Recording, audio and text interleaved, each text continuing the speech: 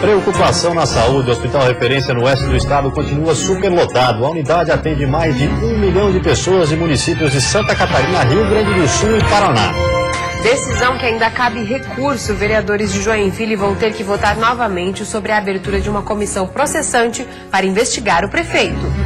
Áreas de maricultura começam a ser demarcadas em Santa Catarina. Mais de 800 vão ser sinalizadas entre Palhoça, na Grande Florianópolis, e São Francisco do Sul, na região norte. Com isso, o estado será o único do país com todas as fazendas marinhas regularizadas. E no futebol, as informações precisando vencer para se aproximar do G4. O Band Cidade desta terça-feira já está no ar.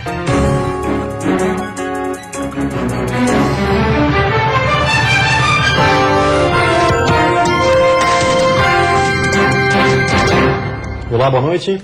Olá, boa noite. O Hospital Referência no oeste catarinense está superlotado. Leitos normais e de UTI estão todos ocupados. Uma das alternativas é a conclusão da nova parte da unidade, que está com 60% da obra concluída. Superlotado, com filas de espera por atendimentos que demoram horas e sem leitos para acomodar os pacientes. Assim está a situação do Hospital Regional do Oeste em Chapecó. Devido à superlotação, muitos pacientes estão sendo internados até na maternidade e outros desistem e vão procurar as unidades de saúde. De acordo com a assessoria do hospital, são 293 leitos e todos estão ocupados. A situação da UTI também segue com lotação máxima. O Hospital Regional do Oeste atende mais de 100 municípios de Santa Catarina, Paraná e Rio Grande do Sul. Ao todo, são mais de 1 milhão de pessoas.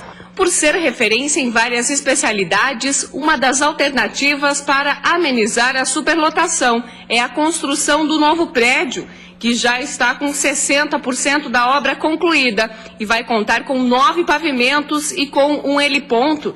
Deverá ter 156 novos leitos, 20 de UTI, 10 de UTI pediátrica, 12 salas de cirurgia e 7 salas para o setor coronário. O total do investimento é de 31 milhões de reais.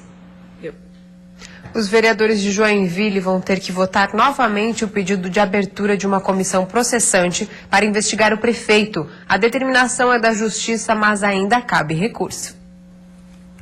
Rejeitada por não atingir 2/3 dos votos, a comissão processante, que tinha sido arquivada pelo Legislativo de Joinville, pode voltar a casa. O juiz da 2ª Vara da Fazenda da comarca de Joinville aceitou o pedido do Ministério Público e determinou que a Câmara coloque o tema novamente na pauta para votação. A promotoria aceitou a alegação do vereador Maicon César de que bastava a maioria simples e não 2/3 dos votos para a abertura da comissão processante. Na semana passada, 11 vereadores foram a favor da abertura, 7 foram contrários e 1 se absteve. O objetivo da comissão é investigar a responsabilidade do prefeito Udo Deller em possíveis descumprimentos judiciais no atendimento à saúde. Na decisão, o juiz da 2ª Vara da Fazenda da comarca de Joinville esclareceu que a abertura da comissão não implica no afastamento temporário do prefeito. Segundo o magistrado, a lei municipal não pode contrariar a lei federal, que não determina o afastamento do chefe do executivo diante da abertura de uma comissão processante. A nova votação ainda não tem data para acontecer. A decisão em primeira instância ainda cabe recurso. A abertura de uma CPI foi aprovada na semana passada para investigar os casos que envolvem a justiça e o atendimento na saúde. Pelo segundo dia consecutivo, trabalhadores da construção naval cruzaram os braços em Itajaí. Esta é a segunda greve este ano. Sem acordo com a companhia, cerca de 1.000 trabalhadores voltaram a se reunir e cruzar os braços em Itajaí. O sindicato, que representa a categoria, espera uma resposta do consórcio, que produz módulos para plataformas de petróleo. Entre as reivindicações está o reajuste salarial. Os 9% oferecidos pela empresa não foram aceitos. As folgas de campo, que são folgas para que os trabalhadores possam visitar a família com as despesas pagas pela própria empresa. Benefício comum no setor, mas que não estão recebendo. Esta não é a primeira vez que os trabalhadores da construção naval aqui da cidade paralisam as atividades. No ano passado, chegaram a ficar 14 dias em greve. Na época, uma audiência de conciliação definiu um reajuste salarial de 9,5% para quem recebia até R$5 mil. Já no início deste ano, outra paralisação afetou o setor. Os motivos foram salários atrasados e as inúmeras demissões decorrentes da Operação Lava Jato. O Centro de Controle de Zoonoses de Florianópolis está distribuindo gratuitamente coleiras repelentes. A medida é para controlar uma doença que tem o cão como hospedeiro e pode ser transmitida para os seres humanos. Uma longa fila se formou logo no início da manhã. Por aqui há muitos donos de cães preocupados com a saúde do seu animal. Elisete é um exemplo disso. Assim que soube da ação da prefeitura na Barra da Lagoa contra a leishmaniose, resolveu trazer o Zulu, de 6 anos, para protegê-lo. Muito importante para a saúde do meu animalzinho. Mesma coisa fez Vicente. O Billy tem 4 anos e a partir de hoje está protegido contra a leishmaniose. Para a saúde, né? Melhorar tudo, para que fique bem fisicamente, bem pronto, né? A leishmaniose é uma doença que atinge principalmente cachorros e pode ser transmitida aos seres humanos através de picadas de mosquito. Se não for tratada, a doença pode levar à morte. A coleira ela serve de prevenção à picada do mosquito que transmite a leishmaniose.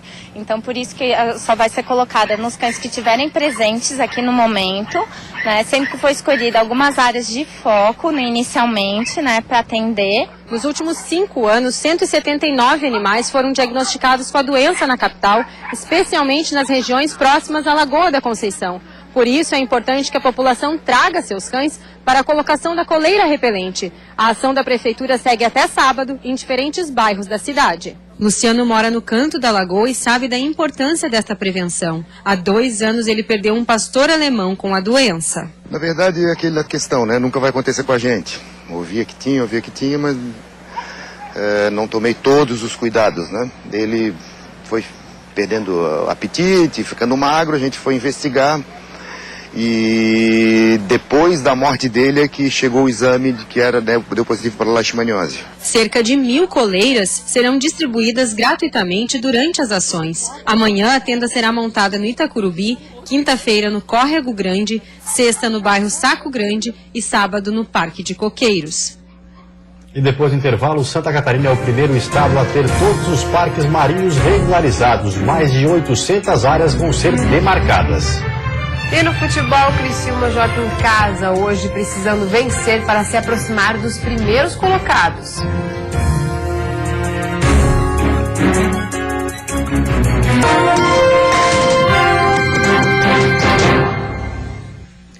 Futebol, o Criciúma entra em campo daqui a pouquinho para mais um jogo pela Série B. Há 10 partidas sem perder sob o comando de Petkovic, o time precisa vencer diante da torcida para se aproximar do G4. A vitória no sufoco contra o Oeste deu um gás à equipe. Mesmo fazendo partidas tecnicamente ruins, o Criciúma tem feito o mais importante em um campeonato longo, somar pontos. Já são 10 jogos sem perder na Série B, mas vencer em casa é fundamental para quem quer encostar no G4. A novidade da equipe de Pet para a partida contra o Paysandu pode ser a entrada de Roger Guedes na equipe titular. O garoto da base tem feito bons treinos e sairia jogando pela primeira vez na era Pet. Independente de quem vai a campo hoje à noite, o treinador espera que a invencibilidade se mantenha e, de preferência, com mais 3 pontos na conta do Tigre. Está sendo um bom time, está acima da tabela colocada a gente, nós com uma vitória vamos alcançar a mesma pontuação deles e nós temos que propor o jogo. Estamos fazendo bem isso. E fizemos muito bem os primeiros 35 minutos do último jogo. A Secretaria de Agricultura começou a demarcação das fazendas marinhas no estado. E com isso, Santa Catarina é o primeiro estado do país a ter seus parques marinhos ordenados e regularizados. Estacas e mais de 3.000 boias como esta serão necessárias para demarcar todas as áreas de cultivo de moluscos nos 12 municípios beneficiados. A expectativa é de que a demarcação seja concluída em 180 dias. O processo começou em 2004 com o planejamento dos planos locais de desenvolvimento da maricultura, que levou em consideração vários parâmetros, né, tanto ambiental, social, econômico, né, e também a questão da poluição. A instalação das boias e dos cabos de aço começou nesta segunda-feira em Biguaçu. Ao todo, serão demarcadas 812 áreas em todo o litoral catarinense, de Palhoça, da Grande Florianópolis, até São Francisco do Sul, no norte do estado. Um investimento que ultrapassa 3 milhões de reais, numa parceria entre a Secretaria Estadual de Agricultura e Pesca e o governo federal. Com as fazendas marinhas regularizadas, os maricultores terão, por exemplo, mais facilidade em acessar políticas públicas e financiamentos bancários. Maricultor no norte da ilha há 17 anos, Luciano diz que a expectativa para ter sua área demarcada é grande. Antigamente a gente não tinha nossa licença, né? Nós estávamos meio que clandestinos no mar. Agora com a nossa licença e com se adequar ao novo espaço aí, vai dar um pouco melhor para os maricultores. 207 áreas devem passar por um novo processo de licitação pelo Ministério da Pesca, que é o dono legal dos espaços. Com esta licitação, os maricultores ganham oficialmente o direito de explorar os espaços por 20 anos. Entretanto, uma série de normas e diretrizes precisam ser seguidas para esta ocupação. É um processo inédito, né, no Brasil, porque Santa Catarina é o maior produtor de moluscos do país. Então, a maricultura já estava instalada, mesmo antes da legislação estar vigente, ela foi construída ao longo desses anos. E hoje a gente culmina, né, com esse processo tão esperado, que dá mais de 20 anos, que o maricultor está esperando essa legalização para poder cultivar com tranquilidade. Nesta quinta-feira, um seminário no auditório da EPAGRE, na capital, deve reunir maricultores para discutir e organizar a ocupação das 121 áreas licitadas em Florianópolis para a atividade. E a seguir, o calor fora de época deve continuar nos próximos dias no estado. E ainda um alerta dos pediatras para a carência de vitamina D nos primeiros anos de vida das crianças.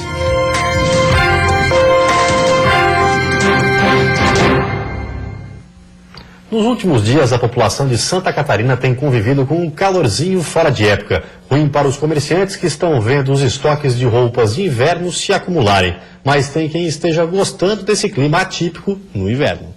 As camisetas de manga curta e estilo regata, além de outras peças de roupas mais leves, estão compondo o visual pelas ruas. Mas estamos em agosto, é inverno. Cadê os casacos, cachecóis e blusas de lã? A população faz a mesma pergunta, mas a maioria está gostando do clima. Eu acho que assim tá bom. Uma maravilha. Tá gostando do calor? Estou gostando e que continue esse calor para nós, que tá maravilhoso. E se o sol está aparecendo diariamente e o calor animando a população, comemora quem achou que teria queda nas vendas. Com as altas temperaturas, a venda de sorvete, por exemplo, tem se mantido. Do outro lado estão os lojistas do ramo de vestuário. Para esses, a estação não colaborou muito. Apesar das araras com roupas pesadas estarem na exposição, sem frio para usá-las, as vendas não deslancharam. Para amenizar, aposta nas peças de meia estação. A nossa região tem frio, então temos que nos preparar para o frio. Mas como não fez tanto frio, alguma coisa fica. Mas fizemos liquidação, fizemos promoções, condições de pagamento. No fim, não há muita escolha. Gostando ou não, o jeito é se adaptar.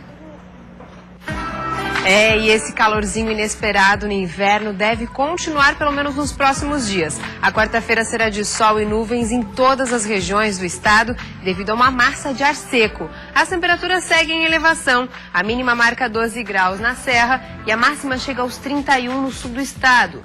No oeste, mínima de 18 e máxima de 29. No Vale do Itajaí, Litoral Norte e Planalto Norte, mínimas entre 15 e 17 e máximas entre 24 e 26. E na Grande Florianópolis, as temperaturas variam entre 17 e 25 graus.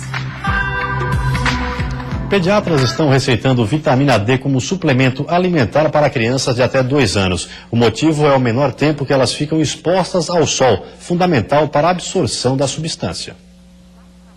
O sol brilha forte em pleno inverno, mas o parquinho está vazio. Onde estão as crianças, afinal? Dentro de casa, afirmam pediatras. Seja por falta de tempo, por medo da violência ou até pela ausência de espaços como este aqui, é cada vez maior o número de crianças que têm crescido nos grandes centros urbanos, criadas em ambientes confinados, longe de espaços ao ar livre. Esta mudança de comportamento levou a Sociedade Brasileira de Pediatria a estabelecer novos procedimentos para garantir a saúde dos pequenos pacientes. A recomendação é que todas as crianças com até 2 anos tomem vitamina D como suplemento alimentar. No passado, a vitamina era associada exclusivamente ao fortalecimento dos ossos, mas com o tempo foi comprovado que ela também reduz o risco de infecções e de alergias respiratórias, aumenta a imunidade e auxilia no combate a doenças como artrite reumatoide e esclerose múltipla e ainda está associada à prevenção do câncer. Ela é encontrada em alguns alimentos, como salmão, espinafre e na gema do ovo, mas para ser absorvida pelo organismo precisa do sol. E aí entra outra questão: como expor as crianças sem danificar a pele? Esta médica orienta: crianças de até 1 ano podem tomar sol até às 8 da manhã, as mais velhas até às 10. O tempo de exposição não precisa ser longo. 10 minutos, 3 vezes por semana são suficientes. Mas atenção, é preciso deixar uma parte do corpo sem protetor solar para absorver os raios. O protetor solar, ele pode ser usado nas áreas mais altas, do rosto, cabeça, orelha, e na perna e braço, deixar pegar sol 15 minutos. Sol, exercício físico e alimentação adequada, rica em vitamina D, fecha tudo, fica ótimo, ninguém tem mais nada. Ah, e tem ainda uma última recomendação: brincar sem restrição. Faz parte, né? Tem que brincar, né? Criança tem que brincar. E a seguir, fortalecendo os pequenos negócios, campanha do Sebrae incentiva consumidores a comprarem de microempresas. E ainda, Porto de Itajaí deve perder receita. Em setembro, a empresa que administra o terminal deixará de alugar 2 áreas.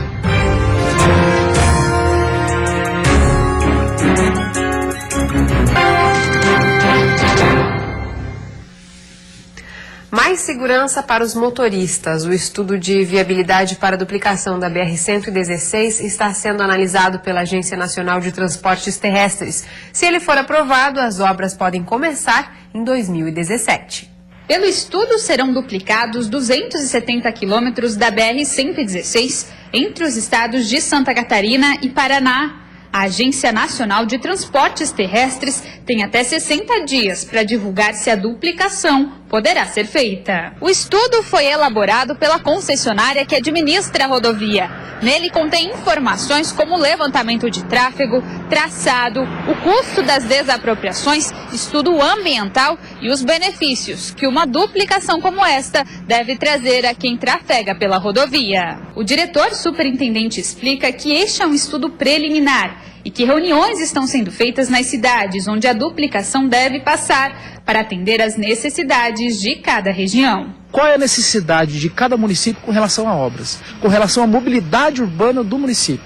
O que nós queremos fazer é construir uma duplicação em conjunto com cada município. Pelo levantamento, cerca de 35 mil veículos passam diariamente pela BR-116. Além de melhorar a fluidez no trânsito, a segurança deve aumentar. Segundo a PRF, só na região serrana foram registrados no primeiro semestre do ano 263 acidentes e 18 mortes. Números que tendem a diminuir com a duplicação. Que numa rodovia de pista simples é característico o pessoal fazer ultrapassagem. E às vezes o pessoal erra ao fazer ultrapassagem e acaba colidindo frontalmente com outro veículo. Numa rodovia duplicada, esse risco praticamente ele chega a zero, né? Porque as faixas estão separadas, os veículos estão transitando uma distância segura, então diminui bastante esse acidente. E é um dos principais acidentes que mais causa mortes e feridos graves, né? No total, devem ser investidos 2,5 bilhões de reais. Dinheiro que também está sendo levantado à viabilidade. Basicamente, nós temos 4 opções. A primeira opção na tarifa de pedágio, a segunda opção na extensão do prazo de contrato, a terceira opção com a possibilidade de aporte do governo, não na totalidade, mas em parte, e a quarta opção seria um misto desses do que eu falei. A intenção é que depois de aprovado pela NTT, as obras físicas de duplicação da BR-116 iniciem em 2017. O Sebrae de Santa Catarina aderiu à campanha nacional Compre do Pequeno. O objetivo é fortalecer ainda mais os negócios dos micro e pequenos comerciantes. Em Santa Catarina, são hoje mais de 400 mil pequenos negócios. Empreendimentos que são responsáveis por cerca de 35% do PIB do estado e por 46% do total de empregos com carteira assinada. E pensando em fortalecer ainda mais o setor, é que o Sebrae lançou hoje o movimento Compre do Pequeno, uma ação inédita no país. O intuito dela é conscientizar, né, para que a população, os consumidores, então, comprem do pequeno negócio, que ao comprar de um pequeno negócio, ele vai estar contribuindo também para o desenvolvimento da economia do seu bairro, como eu falei, do seu estado, do seu município, do país, e também contribuindo para a geração de emprego e renda, né, na sociedade como um todo. Além da capacitação, no hot site do movimento, o micro e pequeno empresário pode se cadastrar para que o consumidor encontre com maior facilidade os seus produtos e serviços. Comprar em um pequeno negócio é, segundo o Sebrae, um ato transformador. Entre as razões estão a proximidade, a alta taxa de formalidade empregatícia e o desenvolvimento do local onde esse estabelecimento está inserido. Helen é cabeleireira e dona de um salão de beleza em Joaçaba. Como pequena empreendedora, ela vê a iniciativa como um auxílio a mais para o negócio. É muito bom, eu só vejo vantagens assim, e eu tenho recomendado para muita gente que está começando. Eu pretendo para o final do ano aumentar um pouquinho mais a minha empresa.